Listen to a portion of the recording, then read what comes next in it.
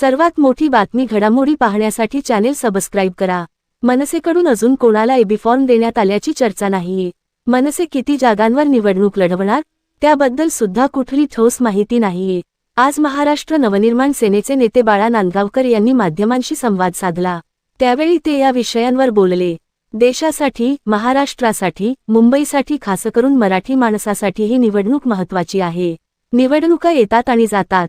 मुंबई महाराष्ट्रापासून वेगळी करायची तशा प्रकारची आखणी करून प्लॅनिंग सुरू झालेलं आहे। बाकी गोष्टी क्षुल्लक आहेत असं बाळा नांदगावकर म्हणाले। मुंबई आपल्या हातात राहिली पाहिजे। मुंबई वेगळी करण्याची स्वप्न पाहणाऱ्यांची स्वप्न उद्ध्वस्त करा। मुंबई मराठी माणसाची, महाराष्ट्राची आहे। भांडणापेक्षा आणि वादापेक्षा आपल्यासाठी ही निवडणूक फार महत्त्वाची आहे। निवडणूक जोशात लढवायची आहे। मुंबई आपल्याला सत्ता राखायची आहे। सीट इकडून तिकडे होतात। मागच्या 20 वर्षांमध्ये पहिल्यांदा आपण युतीमध्ये निवडणूक लढतोय। युती धर्म पाळायचा आहे असं बाळा नांदगावकर म्हणाले। प्रत्येक जागा ही मुंबईसाठी, महाराष्ट्रासाठी, मराठी माणसासाठी महत्त्वाची आहे। ही निवडणूक अस्तित्वाची आहे। मराठी माणसासाठी मुंबई वाचवायची आहे। कार्यकर्त्यांनी आपापल्या मतदारसंघात उमेदवार फॉर्म भरताना त्यांच्यासोबत राहा। एनसीपी सुद्धा आपल्या सोबत आहे। त्यांच्यासोबत सुद्धा आपल्याला जाऊन उमेदवारी अर्ज भरायचा आहे। प्रचारात पूर्णपणे सहभागी होऊन काम करायचं आहे। शिवसेना मनसेचा उमेदवार असेल त्याला मदत करायची आहे असा संदेश राज ठाकरेंनी कोर टीमला दिला आहे असं बाळा नांदगावकर यांनी सांगितलं। शिंदे गटातून मोठी बातमी। सर्वच पक्ष, उमेदवार यांची लगबग शिगेला पोहोचली आहे। मात्र या धावपळीत शिवसेना शिंदे गट अजूनही बॅकफूटवर असल्याचे पाहायला मिळत आहे। भाजप, ठाकरे गट, मनसे यांसह इतर प्रमुख पक्षांनी आपल्या उमेदवारांच्या हाती अधिकृत एबी फॉर्म सोपवून उमेदवारी जाहीर केली आहे। पण शिंदे गटाकडून अद्याप एकाही उमेदवाराला अधिकृत फॉर्मचे वाटप करण्यात आलेले नाही। यामुळे उमेदवारीसाठी इच्छुक असलेल्या कार्यकर्त्यांमध्ये प्रचंड अस्वस्थता पसरली आहे। नगरसेवक होण्यासाठी इच्छुक असलेल्यांचा पत्ता ऐनवेळी कट होणार की काय अशी भीती अनेकांना वाटत आहे।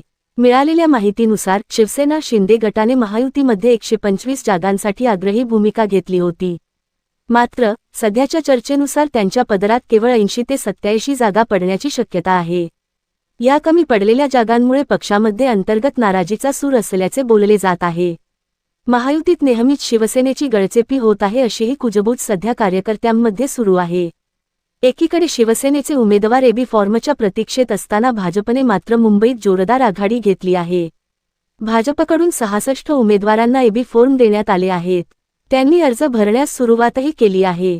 यामध्ये तेजस्वी घोसाळकर, नील सोमय्या, मकरंद नार्वेकर आणि रवी राजा यांसारख्या दिग्गज नावांचा समावेश आहे। वॉर्ड क्रमांक 2 मधून तेजस्वी घोसाळकर, वॉर्ड 107 मधून नील सोमय्या आणि नुकतेच भाजपमध्ये प्रवेश केलेले अनुभवी नेते रवी राजा यांनी वॉर्ड 185 मधून आपला उमेदवारी अर्ज दाखल केला आहे। याशिवाय कुलाबा आणि दक्षिण मुंबईचा बालेकिल्ला राखण्यासाठी वॉर्ड 226 मधून मकरंद नार्वेकर आणि वॉर्ड 227 मधून हर्षिता नार्वेकर यांनीही आपले अर्ज भरून निवडणुकीच्या प्रचारात आघाडी घेतली आहे। भाजपच्या या वेगवान हालचालींमुळे शिंदे गटातील इच्छुकांची धाकधूक अधिकच वाढली आहे। अजित पवार गटातून मोठी बातमी। अजित पवार आणि शरद पवार गट पुण्यात एकत्र येऊन निवडणूक लढवणार आहेत। तर दुसरीकडे पिंपरी चिंचवडमध्ये दोन्ही राष्ट्रवादी गट एकत्र निवडणूक लढवणार असल्याची घोषणा करण्यात आली आहे। परिवार पुन्हा एकत्र येत आहे असे भावनिक विधान करत त्यांनी या युतीवर शिक्कामोर्तब केले। गेल्या काही काळापासून एकमेकांविरुद्ध उभे ठाकलेले अजित पवार आणि शरद पवार यांचे गट आता आगामी निवडणुकांसाठी एकत्र आल्याचे पाहायला मिळत आहे। या दोन्ही गटांमध्ये जागावाटप ठरल्याची माहिती सूत्रांनी दिली आहे। त्यानुसार राष्ट्रवादी काँग्रेस अजित पवार गट 125 जागांवर निवडणूक लढवणार असल्याची माहिती समोर आली आहे। तर राष्ट्रवादी काँग्रेस शरद पवार गट 40 जागांवर निवडणूक लढवणार असल्याची शक्यता वर्तवली जात आहे। या संदर्भात आज दुपारी एक महत्त्वाची पत्रकार परिषद होणार आहे। त्यामध्ये युतीची अधिकृत घोषणा आणि पुढील रणनीती स्पष्ट केली जाणार आहे। एकनाथ शिंदे याचा मोठा निर्णय। प्रकाश महाजन यांनी शिवसेना शिंदे गटात प्रवेश करताच त्यांच्यावर मोठी जबाबदारी सोपवण्यात आली आहे। शिवसेना मुख्य नेते आणि उपमुख्यमंत्री एकनाथ शिंदे यांच्या आदेशाने नियुक्तीपत्र देण्यात आले आहे। राज्यभरात 29 महानगरपालिका निवडणुकीच्या पार्श्वभूमीवर शिवसेना शिंदे गटाने कंबर कसून तयारी सुरू केली आहे। मुंबईसह ठाणे, कल्याण, डोंबिवली आणि राज्यभरात अनेक ठिकाणी मनपा निवडणुकीसाठी कार्यकर्ते कामाला लागले आहेत। विधानसभा आणि नगरपंचायत, नगर परिषद निवडणुकीची लय कायम ठेवण्यावर शिवसेना शिंदे गटाचा भर असणार आहे। शिवसेना शिंदे गटातील इन्कमिंगही मोठ्या प्रमाणात सुरू आहे. अशातच मनसेला जय महाराष्ट्र करून शिवसेना शिंदे गटात आलेल्या प्रकाश महाजन यांची प्रवक्तेपदी नियुक्ती करण्यात आली आहे. शिवसेना शिंदे गटाचे ज्येष्ठ नेते आणि मंत्री दादा भुसे, राष्ट्रवादी काँग्रेस अजित पवार गटाचे नेते व मंत्री नरहरी झिरवाळ तसेच माजी खासदार समीर भुजबळ यांच्यात सविस्तर चर्चा झाली आहे. या बैठकीत महापालिका निवडणुकीतील जागावाटप, उमेदवारांची निवड आणि एकत्र लढण्याच्या रणनीतीवर विचारविनिमय झाल्याचे सांगितले जात आहे. त्यामुळे शिवसेना राष्ट्रवादी युतीची अधिकृत घोषणा लवकरच, कदाचित आजच होण्याची दाट शक्यता राजकीय वर्तुळात वर्तवली जात आहे.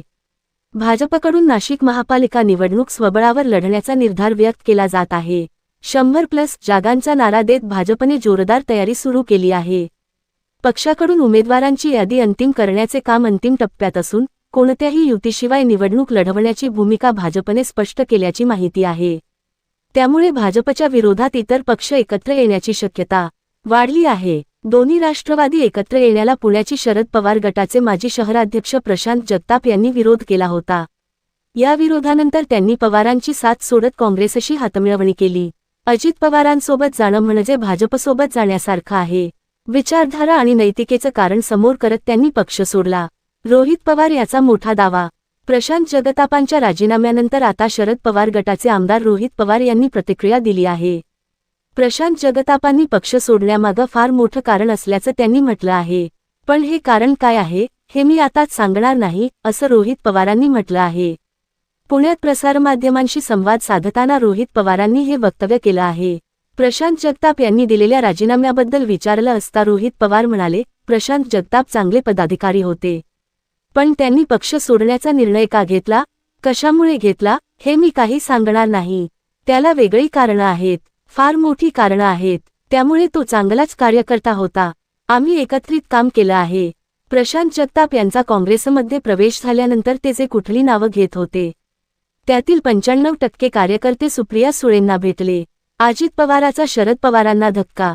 मुंबई महानगरपालिका निवडणुकीत राष्ट्रवादी काँग्रेस अजित पवार गट यांनी स्वबळावर लढण्याचा निर्णय घेतला असून नुकतीच पक्षाने 36 उमेदवारांची पहिली यादी प्रसिद्ध केली. त्यात अल्पसंख्याक उमेदवारांना अधिक संधी दिल्याचे दिसून आले.